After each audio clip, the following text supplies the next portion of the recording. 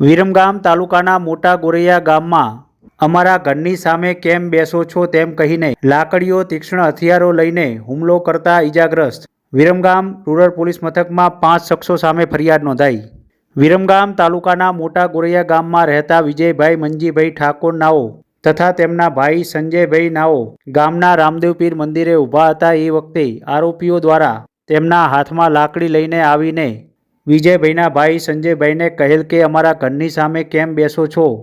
જે વખતે તેમને કહેલ કે અમો રામદેવ મંદિર આગળ બેસીએ છીએ, મારા ઘર આગળ થોડીક બેસીએ છીએ તેમ કહેતા આરોપીઓ દ્વારા જેમ ફાવે તેમ ગાળો બોલીને હાથમાં ધોકા લઈને આવીને વિજયભાઈને જેમ ફાવે તેમ ગાળો બોલી તેમાં હાથમાં ઊંધું સ્વર્યું લઈને વિજયભાઈને માથામાં માર મારી અન્ય આરોપીઓ દ્વારા જાનથી મારી નાખવાની ધમકી આપતા વિજયભાઈ મંજીભાઈ ઠાકોર રહે મોટા ગોરૈયા તાલુકો વિરમગામ નાઓએ હુમલો કરનાર આરોપી ભીમજીભાઈ મગનભાઈ ઠાકોર, ગીતાબેન ભીમજીભાઈ મગનભાઈ ઠાકોર, અશોકભાઈ ભીમજીભાઈ ઠાકોર, ભરતભાઈ ખેમજીભાઈ ઠાકોર, નવગણભાઈ મહાદેવભાઈ ઠાકોર તમામ રહે મોટા ગોરૈયા તાલુકો વિરમગામ સામે વિરમગામ રૂરલ પોલીસ મથકમાં ફરિયાદ નોંધાવી છે. વિરમગામ રૂરલ પોલીસે પરિવારના સભ્યો સામે ગુનો દાખલ કરીને વધુ તપાસ હાથ ધરી છે.